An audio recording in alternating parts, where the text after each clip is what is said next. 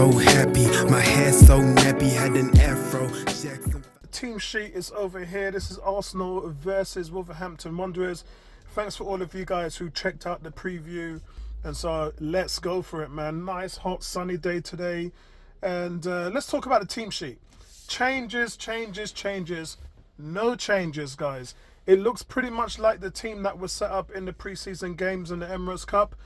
And I don't think this is consistently going to be the team you're going to see in the season for many various reasons. Starting at the goalkeeper, David Raya in goal. Yes, fantastic to see him get off the mark and play all games rather than the 6 games he missed last season. And as you know, 16 clean sheets out of those 32 starts. That's half of the games that he played. And so we need to get him off to a good start today. The surprise is Zinchenko at left back. He's decided to go for the tried and tested for 2 reasons. Number one, because he wants to ease Calafiori into the role rather than throwing him in the deep end. And Zinchenko had a decent preseason. Yeah, you've got to be fair, regardless of his defensive frailties, and we did see them against Liverpool again in America. But for most of the other games, Zinchenko played really well. So deservedly needed a start today, and he's got one. But I would see Calafiori coming on, and then as time goes on, he's going to take that position for himself. Tomiyasu, as you know, still not well. And then there's Gabriel Saliba and then Ben White making up the back 4. The midfield, we are coming out of this season, out of the cannon, bang, straight out of the cannon with the midfield, the dream midfield, the best midfield in the Premier League. Partey at the 6, and we've got Odegaard, and then we've got Declan Rice. And so if everyone can stay in their lane, this is what we'd want to see. The flip side of that is obviously Mikel Merino's deal, which I expected it to be done by this weekend, and it still hasn't been done, although we're hearing news of it closing anyway. But the deal is expected to be done, and how that's going to impact this lineup will probably be at the number 8 role with Declan Rice. So we've got to see where we go, innit? If Rice, Odegaard and Partey is the midfield that we've been dreaming of and provides the best impact for the game, then Mikel Merino would only be used alternatively. I still think he adds more defensively, but you can't take away the fact that Declan Rice has got 8 goals, 9 assists, and against Lyon, the 2 assists on the corner kicks just shows what a weapon that he is. So what happens in that rotation, we don't know yet. And as for the attacking guys, it's Saka on the right, Havertz up front, which I said would always be the way for us forward. Just too good a player. The way he influences the game, the way he defends from the front, and he's got goals and assists in him as well. That's the only choice. He is Arsenal's best striker right now. There's no 2 ways about that. Trossard is a guy you have to play. Just such an intelligent player. Coming through into the box. Granted, if he's out on the wing on an island, he's not going to impact your game as much. But I think with Martinelli, the fact that Trossard is 28 and Martinelli is 22, they really want to see Martinelli get off to a good start this year, because he didn't last year. 2 goals in 18 games. It just wasn't good enough, and quite frankly, I was asking for him to be dropped after the 10th game. It's like if you're going out after 10 games and you've only got a goal or 2, it just really, we're not getting enough out of you. So kudos to the manager. Well done. You're giving Martinelli that chance again, and he knows, because he's lived last season, and he ain't going to want to go through that again. So he knows he's got to get off to a bright start. Look for him to influence the game well. We know that he's under different orders now. He's asked to, rather than try to string a dribble into the box, if he sees and he has space on that left side, cross the ball in. Havertz will be in the middle to get on the end of the header. So a little bit of a change up here. I don't think that they're going to be up against much. I believe Hechan's going to be starting up front for them, as well as Larson with Wolves. So I don't think that they're going to give us much trouble there. But today is all about Arsenal, guys. All about how we come out, how we look, getting the 3 points. That's the first and foremost. If you scrap through it, I'm not really bothered in the first game. The 3 points is a must. You cannot start this season going into those really 3 tough away games in the first 5 matches. You need to maximize every opportunity you've got to get the points. I don't know whether I'm going to show you footage in the armory. It really depends what new shirts and everything. As you can see, I've got the training top on. I've had this for a while now, a couple of months. So unless everything really changes, I'll show you footage. If not, then we'll go straight to the halftime show. Guys, I just thought I'd show you some of the scenes of the opening game of Arsenal. I'm just going to let you soak in the atmosphere here. For some of you that are overseas, you get to enjoy these sights outside the stadium, and so I'll let you enjoy it for a bit.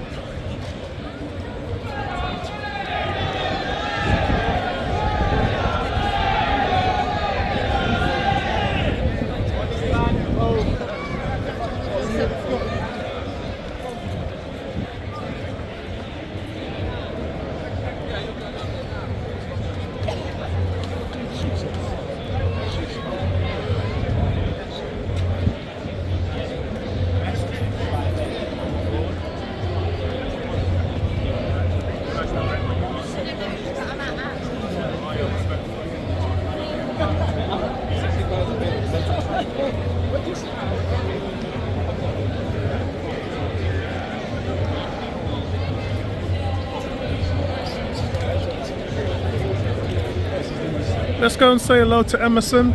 Emerson is sitting in his normal seat, and we're over here. And we're going to say hello to our boy Emerson over here. Emerson, what's going on, man? Shout out to you, brother. Yeah, fine. What's going on, bro? Yo, so Emerson, what's your thoughts on today's game, man? Personally, I've got a feeling it'll be a clean sheet. I've got a feeling it's going to be 3-0 times. And we were Saka amongst goal scorers. Yeah, I went for 3-0 as well. I actually went for Martinelli because, quite frankly, I was surprised that he was starting this game. He's given him another chance. As you know, last season, 2 goals in his first 20 starts, and that just led to him falling off a cliff, really. Ending up the season with just 6 goals. And Trossard coming in and really proving that he's more of a staple dependable player in that role. And quite frankly, I think he's looked at this today and said it's Wolves. So I can afford to give guys like Zinchenko and Martinelli a bit of a run out. If it gets tough and we go into the Man City-Liverpool games, you're probably going to see a Calafiori, you're probably going to see a Trossard. What's your thoughts on that? Personally, I think you're right in what you just said. I've got a feeling this will be Trossard's only one and only chance to be in the team, because Wolves don't really pose a threat on the wings. Although Neto was one of their key assets last season. But as you said, we were linked to him, but we didn't sign him. I think it's Hechan now. Hechan's the main threat, and that's isn't it. he? So I think like that. So we'll see what line up and what sort of thing, positions they play in like that. Because although it could be weak in defence as well. So yeah, they've lost Kilman as well to West Ham. Exactly. So 3-0 is my prediction.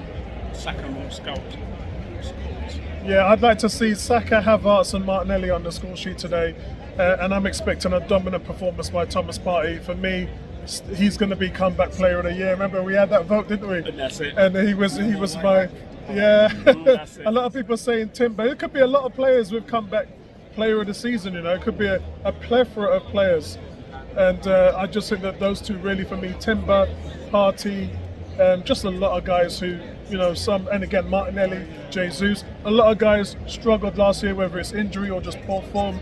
And we've got 5 or 6 players, including Fabio Vieira. He can be comeback player of the year as well. So I don't think he will. He'll get he won't get as much games as everybody thinks he will this season as well. So because wouldn't he be he's actually at this point in time, he's the second number 10 in the team. So he'll be when Odegaard or if Odegaard goes off form, or he gets injured, or like that, or gets suspended as well. Excellent. But Arsenal don't get too many yellow cards in matches anyway. So yeah, true. All right then, guys. Speak to you at half time. Yeah, 4'8" so thick, hair long as but my hair be shrinking when water touch that and my shit be sinking. I got all this drip, you got all that lip, but you don't back your back here. Shut your mouth when I stack here. My chain from a jeweler, your chain from a packet. Sheen, Naco stay fresh and so clean. Got my mind straight, so you know my so clean. Felt cold in this full like a sauna. Lips stay poppin', little mama. Got that magic wand like I'm Tyler the Creator. Let me land, cause you know I got acres. I need to speak straight like a laser. Cause why you on my balls like the Lakers? No, I am not your savior, I just need this paper. I ain't tryna save her, I'm tryna be a black king, yeah.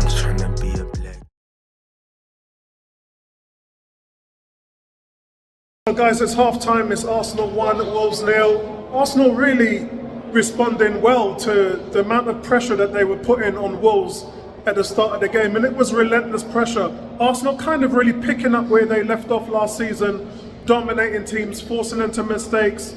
I thought a little bit of the transition wasn't as sharp, it was a bit scruffy in the first 15-20 minutes, but really that's predicated on the fact that this game you've got Martinelli and Zinchenko who are starting the game, and that left-hand side has not really delivered, and it's not really expected. I'm not surprised, I'm not shocked, because you think to yourself, Trossard was the one that came in there after Martinelli had 2 goals in the first 20 games last season, and Trossard ended up with 14 goals. And you can see why. Martinelli's been played through a couple of times. First touch really let him down. I think a minute before half-time, he was put through again by Odegaard. He had nothing in front of him but the goalkeeper. But because he doesn't move the ball into the central line, he comes back, the defender's allowed to make a play on it.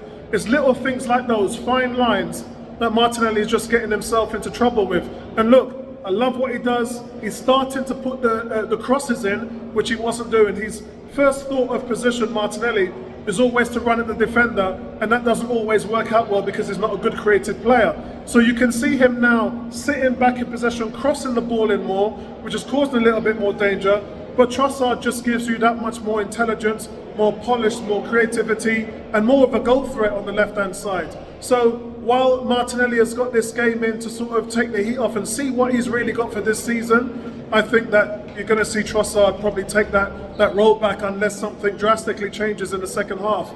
The other one is Zinchenko. Now Zinchenko bringing out the ball in an inverted role. So we kind of don't play that invertedness anymore. There's no need for it because the transition and support that Partey, Odegaard and Declan Rice has in the middle of the field just negates the fact for somebody inverting. And so Zinchenko's not really adding that much in terms of creativity. Not seeing him play through balls through, not catching the Wolves defence off guard.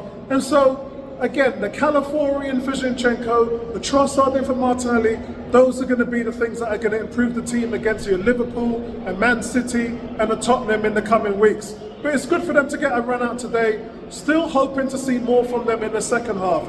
But the goal, guys, the goal came from an amount of pressure. Saka, who really hadn't had much of the game on the right-hand side, to be honest, delivers a perfect cross. And Havertz gets up among 2 defenders, and that's why I wanted Havertz to be striker. Kai Havertz now, in the last 9 games starting as a striker, 7 goals and 4 assists. He's averaging a goal or assist in 61 minutes. That's Kai Havertz. So for Arsenal fans talking about we need a striker, you've had your striker and you've got him, he's looking right there at you. He's number 1 in the team in tackles from last season and 2nd in recoveries behind Declan Rice. So he gives you that defence from the front, as well as goals, as well as assists. And quite frankly, I can't see another striker coming in who's going to be able to give you all those different things. You might get someone who comes in as a clinical goal scorer, but what they do on the defensive end cannot match what Havertz has given his team.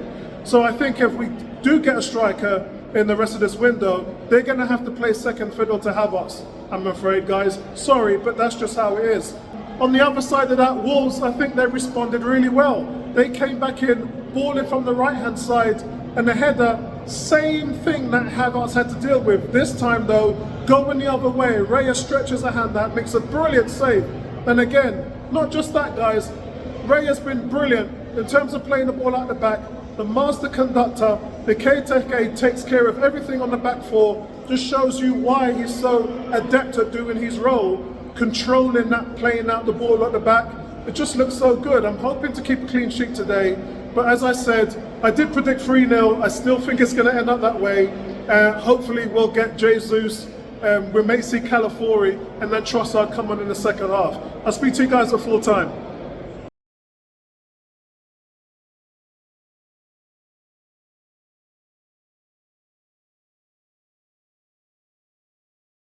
So guys, Arsenal win 2-0.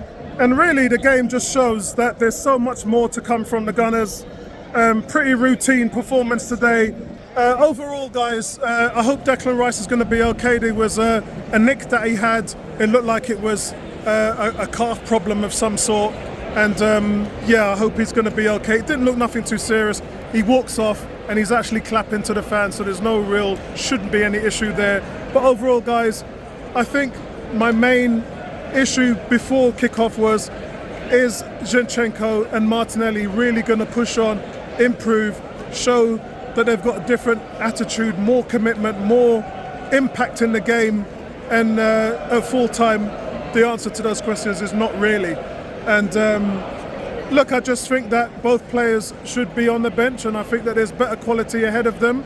Jurriën Timber comes on today in that Zinchenko position and really showed some fantastic flashes of what he's all about. Really looking forward to him. My comeback player of the year is probably going to be Thomas Partey, but it could be Timber, it could go either way. It could be Martinelli, it could be Jesus. We've seen what Jesus, Martinelli and Zinchenko can do, and unfortunately the team has just made that jump to a different level, and that means that most of those guys might get left behind. For context here, guys, Saka comes in today and really shows Martinelli what the expectations are at this level with the goal and the assist. I talked about the assist in the first half. Second half, Saka picks up the ball. He's one-on-one.